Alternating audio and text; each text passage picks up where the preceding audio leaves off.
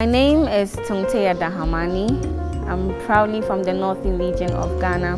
A true African woman is not just a black woman by skin. A true African woman is a woman who appreciates herself, even in beautifying herself.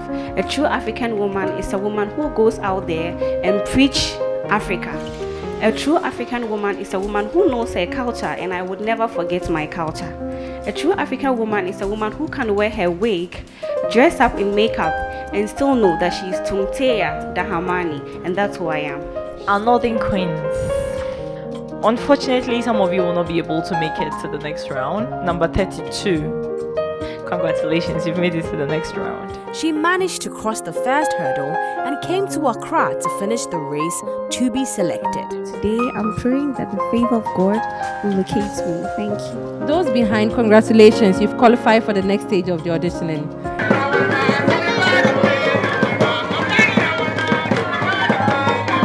Indeed, I am honored that as a representative, I'm going to represent the great Dagbon.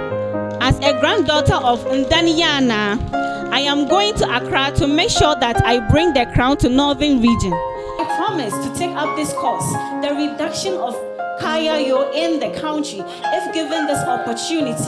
I believe that with the home training that I have and with the training that Ghana's Most Beautiful has given me, I have become a lady of substance, a confident lady, a very passionate one who is ready to serve her country, and I will do this when given the opportunity. Hi, Teiya. Hi. I can see you've gotten very emotional. Yeah. How does it feel?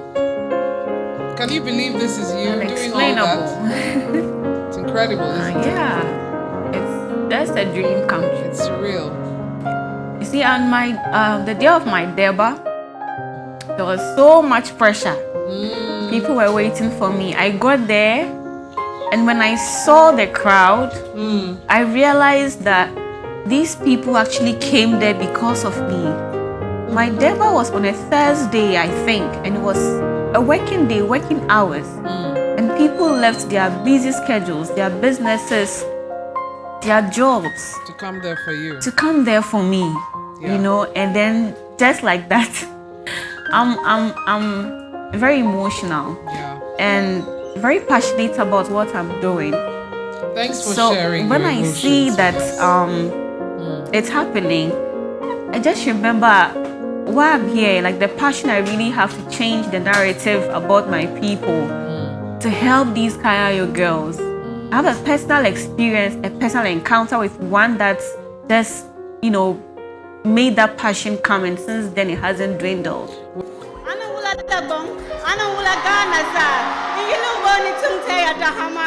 You know Ghana's Most Beautiful Makula Northern Region in Maraba.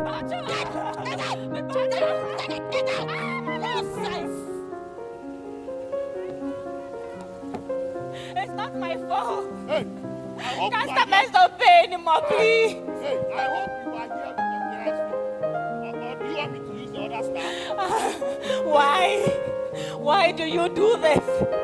You forcefully take things from me. When I say no, you have your way with my body and then you leave.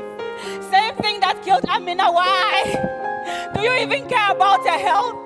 If my parents were here, could you have done all of this? Why?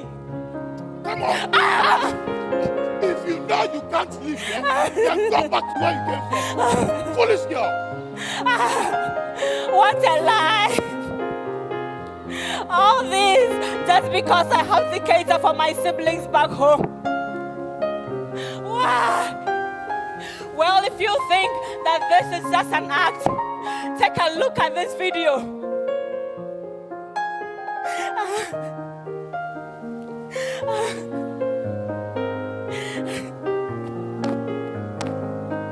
At the age of 14, I decided to come to Accra to do Kayayi so I can get some money to go start a business in the north.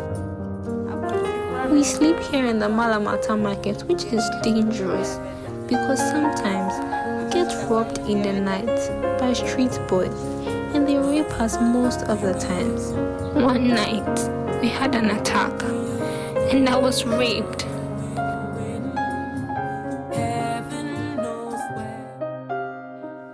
And that is the true story of Fatima. So as you go home to the comforts of your beds and to the sounds of your families, remember Fatima.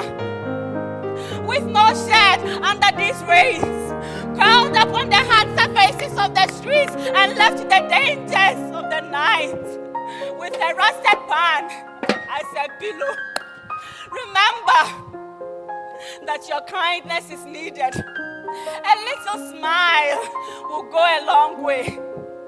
Research says that about 44.4% of Kaya girls are between the ages of 15 and 19.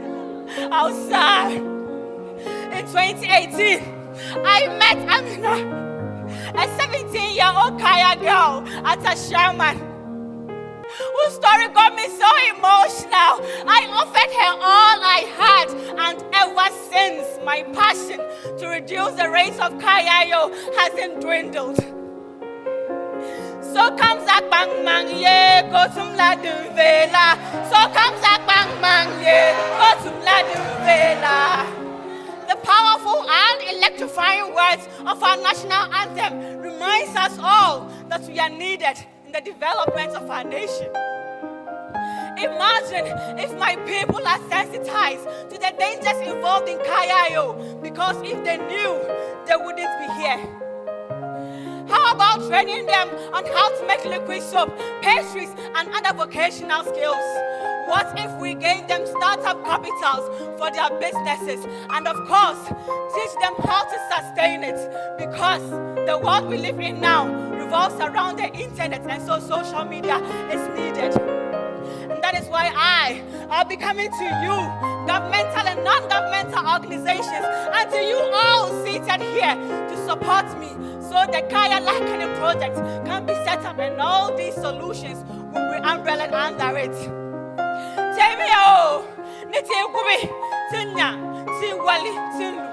Indeed, together we stand, divided we fall. Remember that the success of this project is also a win for the Kaya girls, dead or alive, and for the greatness of Mother Ghana. Indeed. Thank you. And that was Teiya from the Northern region. A very emotional piece. Auntie Linda and Judge Janet, I'll take your comments on her performance and also her project as well. Auntie Linda, I'll start with you. Okay. Teiya, congratulations for coming this far. I think you did well by awareness creation. It's a real problem. I am aware that a lot of NGOs, UN organizations are all doing different things to curb this, but it's still happening.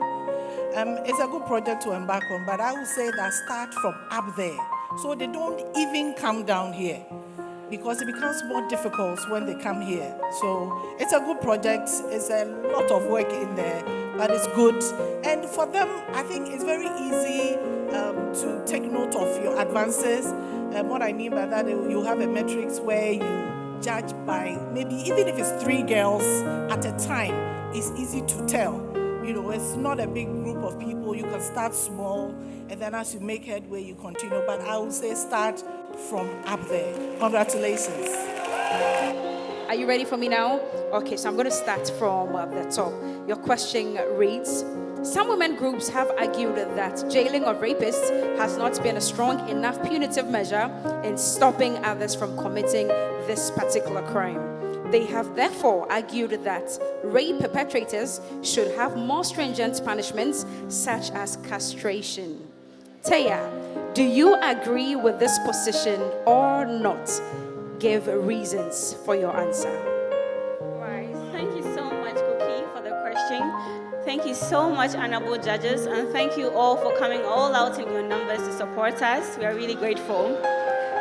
You see, Cookie, if you actually asked me this question some time ago, I would be like, oh yes, of course, rapists should be castrated, why not? But you see, that would have been me thinking with my emotions and with no iota of humanity at all. Thank you. You see, Cookie, whenever rape is mentioned, a lot of us think about men. What about the rapists who have no penises? Do you all know that some women also rape men and even molest boys? Should they also be castrated? You see, castrating rapists is just barbaric. It's inhumane and it's against the human rights of these people. So yes, it is painful. Yes, it is a lifelong trauma, but castration is too much. We only castrate animals. One thing that you should also know is that if this castration goes on, it is going to encourage these rapists to kill their victims because they wouldn't want them reported. And so I think that instead of castration, these rapists should be intensified when it comes to their punishment. According to our Criminal Act 97, it says that when persons are found guilty of this crime, they should be sentenced to not less than 5 and not more than 25 years in prison. You see, if the pain can last a lifetime, the punishment should be able to last a lifetime. Why don't we jail them take them live in prison with hard labor and make them pay huge fines? And this, I'm sure, will serve as a deterrent.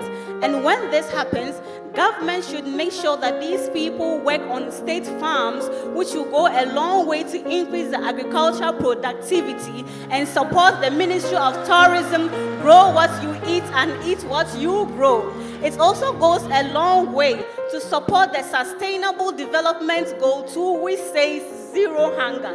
And so my take on this, castration is too much. Let's not forget that we are human beings and only animals are castrated. Thank you. And that was Teiya from the Northern region, Ghana, Africa. GMB2022 is Teiya! She came, she saw, and she conquered. So Teiya, she gets a brand new Citroen vehicle. And so kindly join us, Mr. Let's continue outside. And that is Mr. Dahamani, Teiya's dad. Very proud dad at this moment. He has to be in the moment. He has to be captured at this point. Congratulations once again, Teiya.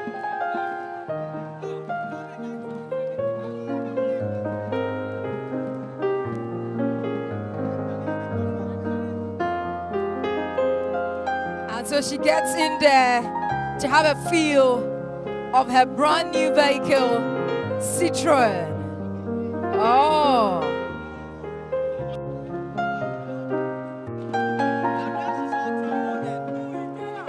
Citroen vehicle from Silver Star Autos. She's going home with that. Congratulations, Teiya. I was passionate about what I was doing, and that is because I have been passionate about it since 2018. I told a story about how I met a lady at Ashaman Market, and ever since I have been passionate about helping to reduce the rate of kaya. And it's just by the grace of God. God knows my heart, and He knew I needed this to continue the cause. And so glory be to God. It's overwhelming, the love and the support from the Northern region.